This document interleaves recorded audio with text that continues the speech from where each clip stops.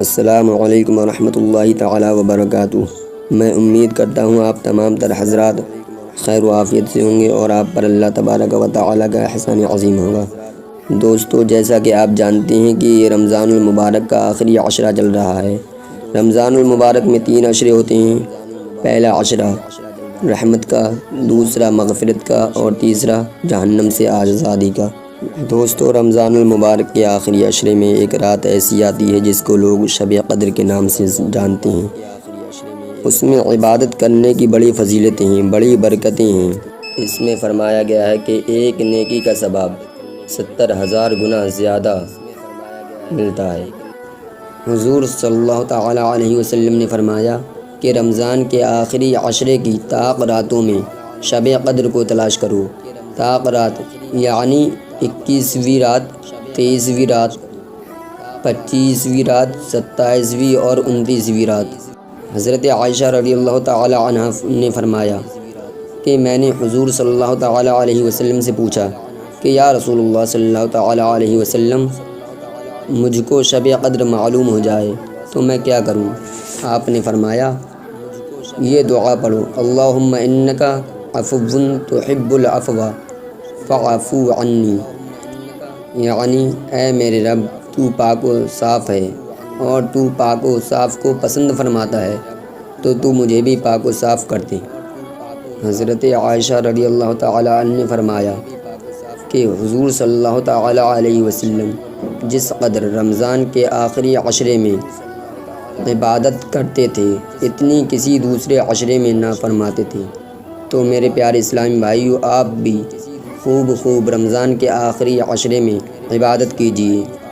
حضرت انس رضی اللہ تعالی عنہ نے کہا کہ رسول اللہ صلی اللہ تعالی علیہ وسلم نے فرمایا جب شب قدر آتی ہے تو جبرائیل علیہ السلام فرشتوں کی جماعت کے ساتھ آتے ہیں اور ہر اس بندے کے لیے دعائے مغفرت کرتے ہیں جو کھڑے ہو کر یا بیٹھ کر خدائے تعالیٰ کے ذکر میں مشغول رہتا ہے۔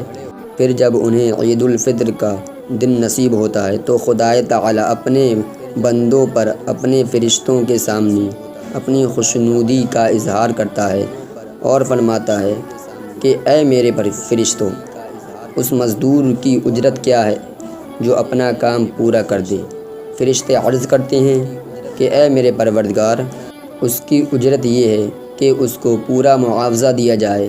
خدائے تعالیٰ فرماتا ہے کہ اے میرے فرشتوں، میرے بندوں اور میری بندیوں نے میرے مقرر کیے ہوئے فرض کو ادا کر دیا، اب وہ گھروں سے عیدگاہ کی طرف نکلے ہیں۔ قسم ہے اپنی عزت، اپنے جلال، اپنی بخشش و رحمت اور اپنی عظمت و شان اور اپنی رفعت و مکان کی کہ میں ان کی دعاؤں کو قبول کروں گا۔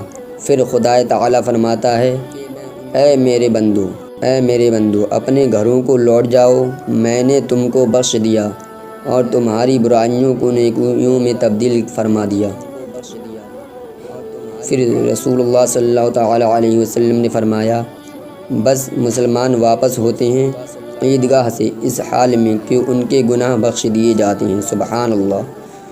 پیارے اسلامی بھائیوں، جتنا ہو سکے اس رات میں ہم شب قدر کی رات میں اللہ تبارک و تعالی کی عبادت پڑھیں، نوافل پڑھیں، درود شریف کا ورد کریں اور دیگر وظائف پڑھیں، قرآن شریف پڑھیں۔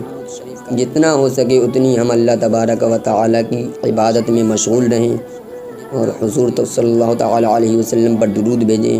انشاءاللہ تعالی اللہ تبارک و تعالی ہماری بخشش کرے گا۔ میں اللہ سے دعا کرتا ہوں کہ اللہ تبارک و تعالی ہمیں اور آپ کو عمل کی توفیق عطا فرمائے، آمین۔